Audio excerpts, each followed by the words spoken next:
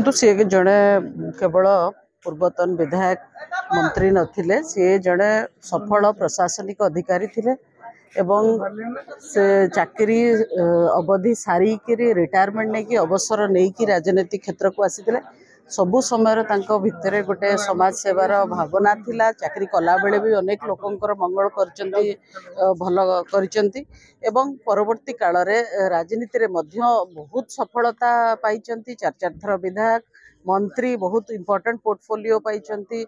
Industry हो education हो parliamentary affairs हो पार्टी चीफ व्हिप मध्य थिले आउ तांकर सबु क्षेत्र जदि सफल मनीष जड़े कहवा निश्चित भाव में अनंत दास जड़े बहुत सफल मनीष थे जो थे हाथ मारी से सफल होती। विशेष भाव में भोगराई बालेश्वर अंचल लोकों अनेक विकासमूलक काम कर बारंबार बहुत प्रश्न पचारि विधानसभा आज भी तांकर जो विधानसभा कलिग माने मन पकाउछंती जे केते प्रश्न पचारुथिले एवं शिक्षित होइथिबा हेतु बहुत मौलिक समस्या को समाधान करने कि तांकर आग्रह थिला।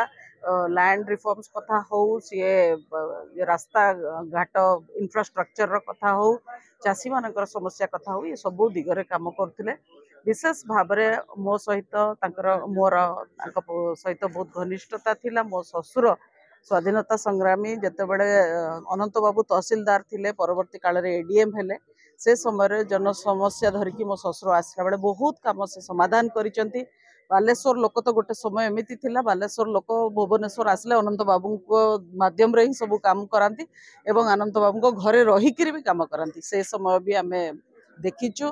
परवर्ती काल रे मु जेतेबेले राजनीति को आसिली 2013 रे सेतेबेले तापरठू अनेक थर देखा हेची एवं सी मध्य बहुत सब जेतेबेले देखिचंती आशीर्वाद करिसेंती। तेणु मु कहिबी जे ये केवल राजनैतिक क्षति गोटे नुह ये भोगराई बालेश्वर अंचलर एवं ओडिशा गोटे अपूरणीय क्षति। जड़े सेमिति व्यक्तित्व को आम हरइले जे लोकंकर भल चिंता करुथिले एवं बालेश्वर पाई तो आम गोटे मुरबी हरइचु बोली मु कहि।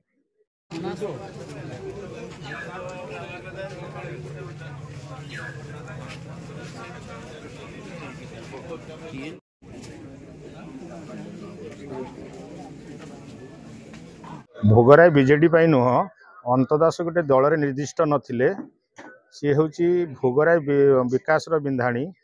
तेणु बीजेडी दल जी क्षतिकारक समग्र भोगराई ताठू अधिक क्षतिकारक कारण आज 20 वर्ष धरी भोगराई आमूलचूल परिवर्तन जदि होता है मान्यवर विधायक जो अनंत दासंकर प्रचेषा उद्यम कौशल भोगराई उन्नति होती।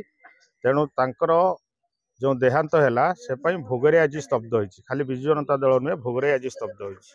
समस्त जनसाधारण हृदय में आज शोकर छाया खेली। सांबादिकता हिसाब से आपण जानीपे भोगराई आज स्तब्ध।